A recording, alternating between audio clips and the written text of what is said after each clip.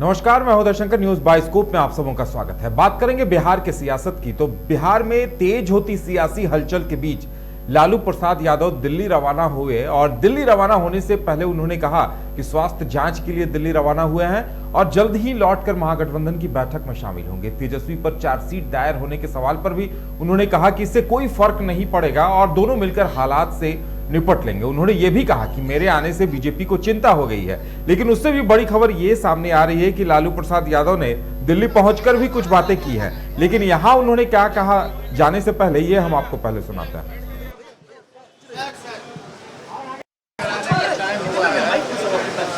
Blood test कराने का आप दिल्ली में ही होता है, इसलिए हम जा रहे हैं ब्लड टेस्ट में। इसके बाद से लौट के आना है, जाना है बंगलुरु जाना है। सर नरेंद्र मोदी की विदाई का तैयारी कराना है, फिर लौट के आएंगे सर टाइम हुआ है। ब्लड टेस्ट कराने का आप दिल्ली में ही होता है, इसलिए हम जा रहे हैं ब्लड टेस्ट में। इसके बाद से लौट के आना है, जाना है बंगलुरु जाना है। सर नरेंद्र मोदी की विदाई का तैयारी कराना है, फिर लौट के। तो लालू प्रसाद यादव दिल्ली जाने से पहले भी मीडिया से बातचीत कर रहे थे और दिल्ली पहुंचने के बाद उन्होंने अपने ही अंदाज में जो बातें की हैं उस पर फिर से सियासी चर्चाएं शुरू हो गई हैं। उन्होंने कहा है कि जो शादीशुदा होंगे या जिनकी पत्नी साथ होगी वही आने वाले दौर में पीएम बनेंगे। इससे पहले जब विपक्षी दलों की बैठक हुई थी तो उन्होंने राहुल गांधी को भी इशारों इशारों में कहा था या खुलकर कहा था कि आप शादी कीजिए, बाराती बनने को हम सब तैयार हैं। और अब उन्होंने फिर एक बार इस तरह से बयान दिया। तो इसके सियासी मायने क्या हैं, समझने के लिए हम चलेंगे हमारे वरिष्ठ सहयोगी एसके राजू के पास, जो इस वक्त पटना स्टूडियो से हमारे साथ जुड़े हुए हैं। एसके राजू जी, लालू अपने अनूठे अंदाज के लिए जाने जाते हैं और अब उन्होंने जो बातें कही है, आखिर क्या कुछ इसके सियासी मायने हैं?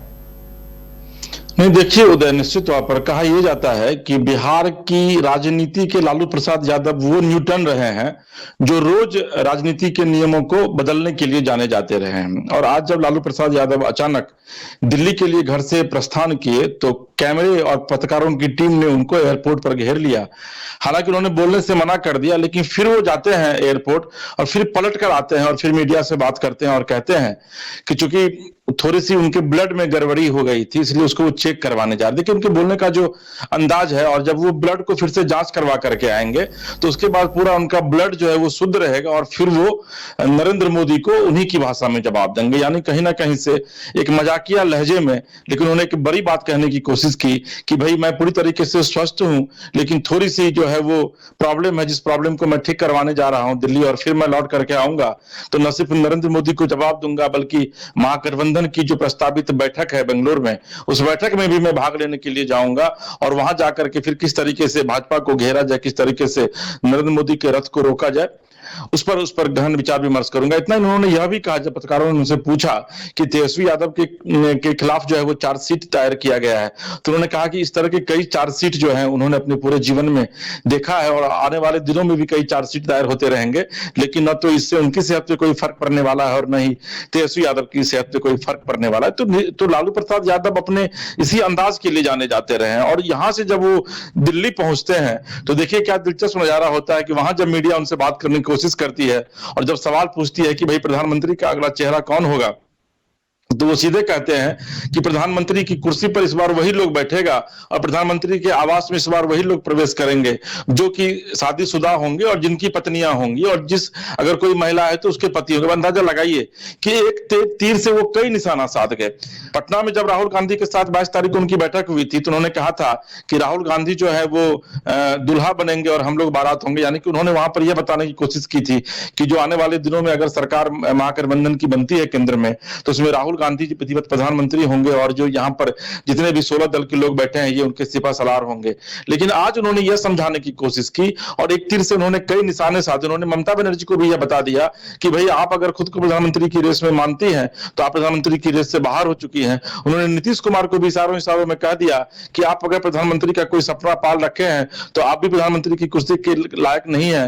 उन्होंने राहुल गांधी को भी एक तरीके से कह दिया कि भाई आप भी प्रधानमंत्री के आवास पर जाकर रह नहीं सकते हैं क्योंकि आप शादीशुदा नहीं है। लेकिन उन्होंने एक और बड़ी बात कही। जब शरद पवार के मुद्दे को लेकर के उनसे सवाल पूछा गया तो उन्होंने कहा कि भाई शरद पवार का अब जो राजनीति में वजूद है वो वजूद अभी भी उनका बना हुआ है, लेकिन समय रहते उनको अपनी प्रतिष्ठा बचानी चाहिए और अब अपनी कुर्सी जो है अपने बच्चों को सौंप देनी चाहिए, क्योंकि अब राजनीतिक रूप से वो बूढ़े होते जा रहे हैं। तो देखिए कई तरह की बातें उन्होंने कहा, लेकिन आखिर प्रधानमंत्री पद का चेहरा कौन होगा, प्रधानमंत्री कौन बनेगा, इस पर उन्होंने चुप्पी साधी और उन्होंने खुलकर कुछ बयान नहीं दिया। तो देखिए लालू प्रसाद यादव इसी अंदाज के लिए जाने जाते हैं। और आपको ये पता है उदय कि बिहार में जो 22 तारीख को महागठबंधन की जो बैठक बुलाई गई थी उसके मूल रूप से जो मेन अगुवा थे वो लालू प्रसाद यादव ही थे। और उन्होंने बीमार होने के बावजूद वो नीतीश कुमार के आवास पहुंचते हैं, सीएम हाउस, वहां जाकर के लगभग 5 घंटे तक बैठते हैं, मीटिंग में पार्टिसिपेट करते हैं, प्रेस कॉन्फ्रेंस करते हैं और उसके बाद फिर लंच भी लेते हैं साथ में और फिर जाते हैं।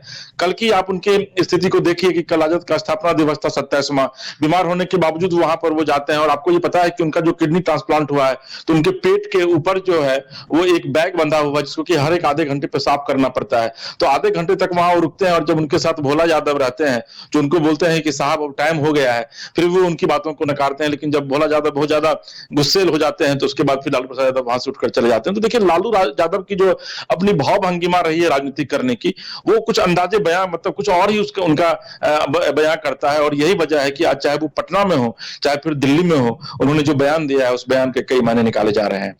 जी उदय। बिल्कुल एसके राजू, देखने वाली बात यह होगी कि लालू जो बयान दे रहे हैं उसके आने वाले दिनों में क्या कुछ इसका सियासी असर दिखता है। और सबकी नजरें तो ऐसे भी बिहार की सियासत पे टिकी हुई है कि आने वाले दिनों में क्या होता है। बिहार की सियासत पे बात करेंगे, लेकिन फिलहाल राजीव जी आपको हमारे साथ जुड़ने के लिए बहुत बहुत धन्यवाद।